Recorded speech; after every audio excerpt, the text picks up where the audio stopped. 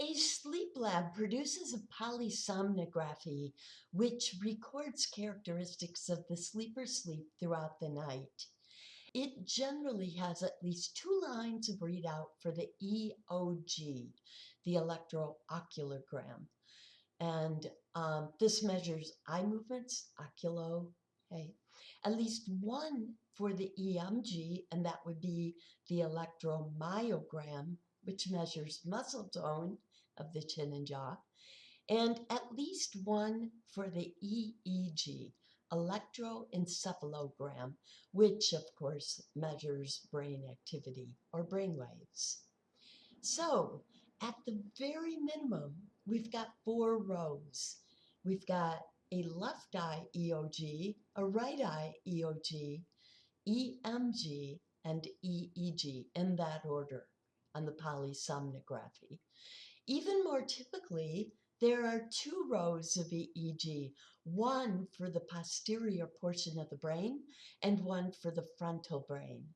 So a minimum polysomnography would be 4 rows of readout, but most typically they have 6. Here I am just showing you where we typically place electrodes. An EEG may have as few as 4 electrodes, such as this very simple picture I'm showing you of one side of the face. But it can go up to over 250 electrodes. Note that the electrodes for the EOG, the one for the eyes, generally include one in the middle of the forehead too, just for reference. Then the main recording ones can be placed above and below the eyes, or, as shown in this case, to the sides of each eye.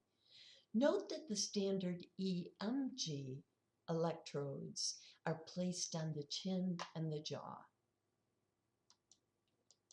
Now, in a clinical sleep lab, there is an additional goal of identifying sleep disturbances and disorders. Thus, a clinical polysomnography includes additional measures to this end, such as those that measure breathing. There are masks and other devices that measure oxygen intake and breathing patterns. Heart rate and rhythm measured by an EKG, leg movement measured by additional EMG electrodes placed over the legs, etc. Now we're able to send participants home with portable equipment at times, such as masks that collect data over many nights on breathing oxygen levels. Even watch-like devices like Fitbits can measure duration and distribution of sleep. They work adequately for some cases, but in most cases, the accuracy and precision of measurement of the sleep lab is needed.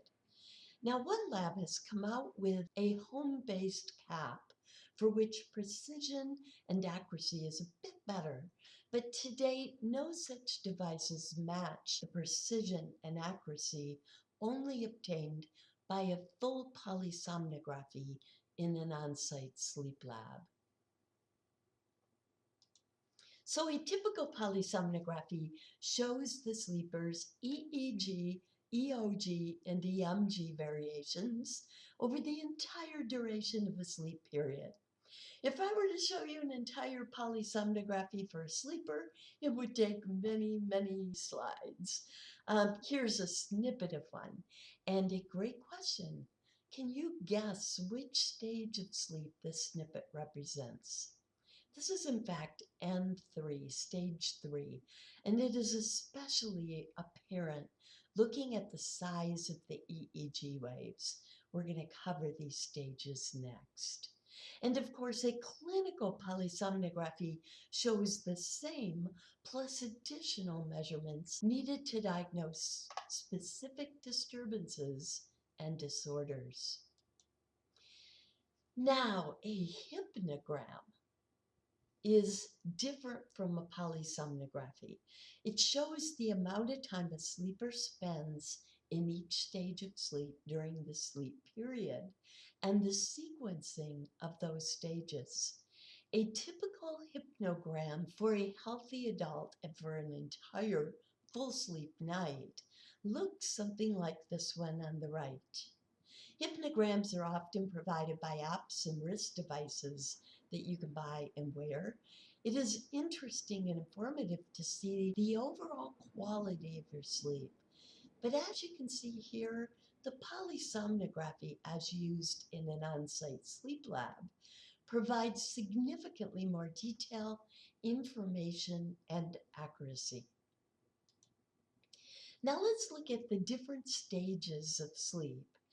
First, when you are awake, you have very fast and frequent small brain waves, very fast and frequent. But then you get drowsy. And as you progress deeper into N1, N2, and N3 sleep, your brain waves get slower and larger with each stage. Note that at any stage of wake or sleep, your brain shows mixed waves, but often one type is pronounced. When you are awake, beta waves are predominant. They're the fastest, smallest, and most frequent. But when you get drowsy, alpha waves are predominant. So these are a little slower, right? A little larger. The drowsy stage is an awesome state of relaxation, one when you feel like you're just sinking into your bed. Some people learn to meditate in order to hang out in this alpha stage. When you move into N1, you are experiencing what we call light sleep, and theta waves are predominant. Theta, T-H-E-T-A. I could usually easily awaken you in the sleep lab if I were to say something softly into the microphone. Stage 1 is often characterized by something called hypnotic jerks, also known as sleep starts and myotonic jerks. These are brief hallucinations which may be of falling or floating, usually accompanied by a jerk of the body, which may or may not wake you up. N2 is the next stage, and this is the only stage in which we do not have a clear predominant kind of brainwave.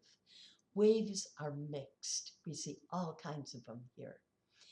This is a deeper stage of sleep than N2, and a little harder to wake you up by just talking softly over the microphone. But I might still, if I say your name, because we are conditioned to react to our names. N2 is probably the easiest to identify with an EEG readout because it is characterized by something called sleep spindles and K complexes. Sleep spindles are tapered at both ends, so they resemble a spindle. K complexes are the largest events in an EEG. Both of them are symmetrical. The functions of sleep spindles and K complexes are not fully known, but research indicates that both are involved in inhibiting cortical activity, allowing us to sleep in one long consolidated period. Sleep spindles often occur following muscle twitching, so it is likely because of sleep spindles that lesser muscle twitches do not normally wake us up. K complexes often follow outside stimuli that do not actually wake us up, like a partner changing positions or the flush of a toilet in a connecting bathroom. So it is likely because of K complexes that we can often sleep through such outside stimuli. Sleep spindles are also involved in learning and K complexes in memory. Learning improves after sleep with more sleep spindles, and memory consolidation improves with more K complexes. We'll be looking at this more closely down the road. Next, you will move into stage N3, and delta waves predominate your EEG. They are the slowest, largest, waves of them all. Now, some books and resources still refer to stages M3 and M4. M3, when delta waves predominate but are less than 50% of your total different waves, and M4 when data waves are 50% and higher. But what was once considered two different stages of deep sleep, scientists now refer to collectively as M3. So M3 is your deepest sleep, and it is considerably more difficult to awaken you in the sleep lab during this stage. REM stands for rapid eye movements. This stage of sleep can be difficult to differentiate from wakefulness and even sometimes N1 on the EEG because your brain is highly active. It actually more closely resembles your brain waves when you are awake than when you are asleep. The best clue to differentiate these is that REM waves are sawtooth shaped. Thus, REM waves are often called sawtooth waves. This stage is characterized by rapid eye movements, muscle twitching, irregular heart rate, and irregular breathing, dreaming, and very low EMG, so low, no discernible reading because of the necessary blockage of final nerve passages from the spinal cord to the muscles. And even though your brain is very active, it's engaged in the inner world, not the outer world, right? REM sleep is often abbreviated as REMS. N1, N2, and N3 are often collectively abbreviated as NREMS, non-REM sleep. Also know that N3, or deep sleep, is often referred to as SWS, which stands for slow wave sleep. In our next segment, we will look at these stages and learn to recognize them in a polysomnography.